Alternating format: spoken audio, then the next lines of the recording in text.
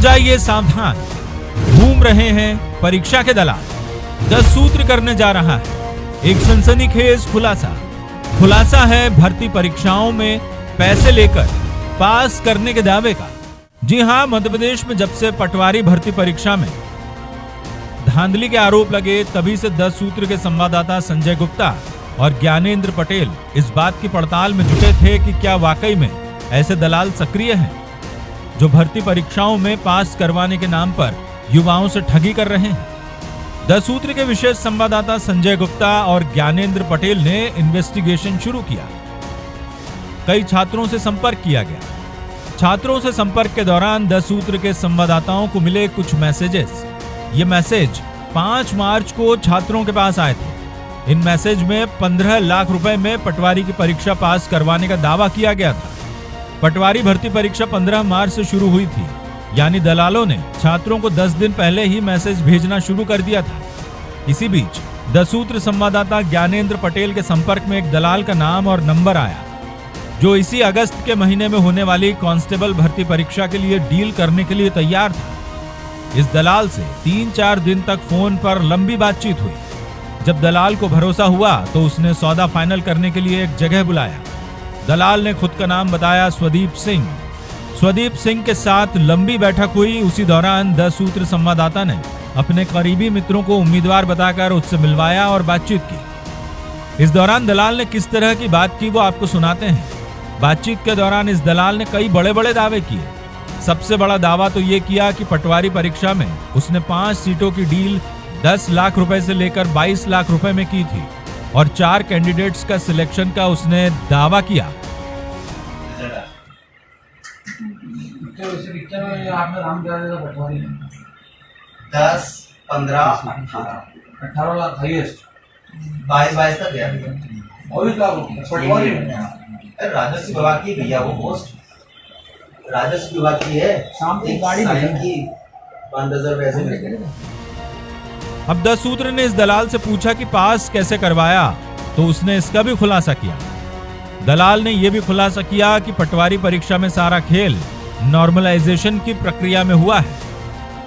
अभी जैसे आपने पटवारी में कराया, 5 लोगों का पेमेंट लिया आपने, इसमें से 4 का आपने करवा दिया, तो उनकी पोस्टिंग हो गई क्या? अभी रिजल्ट आया होगा। रिजल्ट आया है। और ये जो 5वां जो जिसका कैंसिल हो गया उसका क्या करा? पेमेंट रेफर हो गया।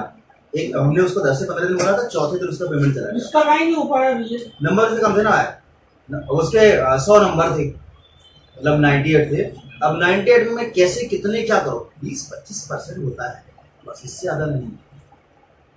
इतना कैसे करो? उससे मिलवा सकते हैं वो तो काम भी नहीं। किसी भी बच्चे। दलाल ने यह भी कहा कि सारा खेल किसी परीक्षा सेंटर से नहीं बल्कि कर्मचारी चयन मंडल यानी व्यापम से ही चलता है। परीक्षा तो उतना ही दे रहे हैं ना, सेंटर में जाके तो वही कर रहे हैं, तो क्या हो उससे? नंबर तो वही बनेंगे। अरे भाई साहब, नंबर वहाँ नहीं बनते हैं। नंबर जो होता है ना, सारा काम वो होता है ESDU, है ना, यानी व्यापम में होता है अंदर, वहां से कोई लेना देना नहीं होता है। तो अभी जो सेंटर कैसे ओपन हो गए? लोग मीडिया में कैसे आ गए? इतने सारे एक ही जगह से सिलेक्शन हुए, इसलिए ओपन हुए हैं। तो जेल को कहाँ से पता पड़ा मीडिया वालों को? अरे भाई, रिजल्ट आता है, सब देखते हैं यार। तो उसमें सेंटर भी लिखा रहता है क्या? अरे यार, आपके इसमें सब लिखा रहता है। आपका रोल नंबर रहता है। नहीं, उस प्रवेश पत्र में तो लिखा रहता है रोल नंबर में। अरे उसमें भी आपका रोल नंबर रहता है, उसमें सारी जानकारी निकल आती है। भाई ये ना हो बदनाम सेंटर नहीं मिल जाए आपको, यहाँ आसपास का सेंटर दिला दे। आपको कोई लेना देना थोड़ी है। आपको तो भाई देखो, आपको अपने सिलेक्शन से मतलब होना चाहिए बस। बात किसी सेंटर वेंटर से आपको कोई सेंटर से कुछ नहीं होता है। प्रियोरिटी तो इंदौर भरी है, नहीं मिलेगा इंदौर में होता ही नहीं। मतलब जाएंगे तो वही ना जहाँ सेटिंग होगी, इंदौर में नहीं होगा, बस ये चीजें बोल रहे।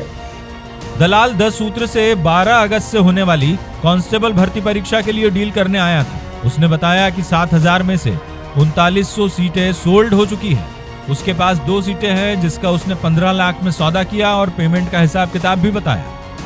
मान लेता हूँ मैं, सर आपको क्या नाम बताया आपने? स्वदीप से। स्वदीप जी, मैं आपको थोड़ी देर के लिए मान के चलो, मैंने आपको 15 लाख की व्यवस्था करके दे दी। 15 भी चाहिए नहीं मुझे। अच्छा, 30%। फिर आपका जब मैं नंबर बता दूंगा, जो नंबर बताया, फिर 30%, रिजल्ट आ गया, सिलेक्शन हो गया, रिमेनिंग पेमेंट तब चाहिए। यानी 50% आपने अभी दिया, 50% आप सिलेक्शन के बाद दे रहे हो। अच्छा, तो देखो आपसे 15 पहले ले रहा हूँ, तो ये 15 दो मुझे, डॉक्यूमेंट दिया, 30% दिया, ठीक है ना, फाइल अंदर गई आपकी। अब आप एग्जाम देने जाओगे, एग्जाम दिया आपने, आपके नंबर उतने आए है ना, अगर उसमें जा रहे हो तो आप अंदर हो, नहीं तो बाहर हो। अगर आप बोल रहे हो कि भैया मुझे इसमें जाना है तो कोई समस्या नहीं, जब आपको नंबर बताऊं तो बच्चे के पेमेंट का 30% देना। ऐसा किसको देना पड़ेगा? आपको देना पड़ेगा। इसका मोड क्या होगा पेमेंट लेने का आपका? 30 और नहीं, जैसे 30% आपने बोला कि आपका अकाउंट में दे दूँ चलेगा?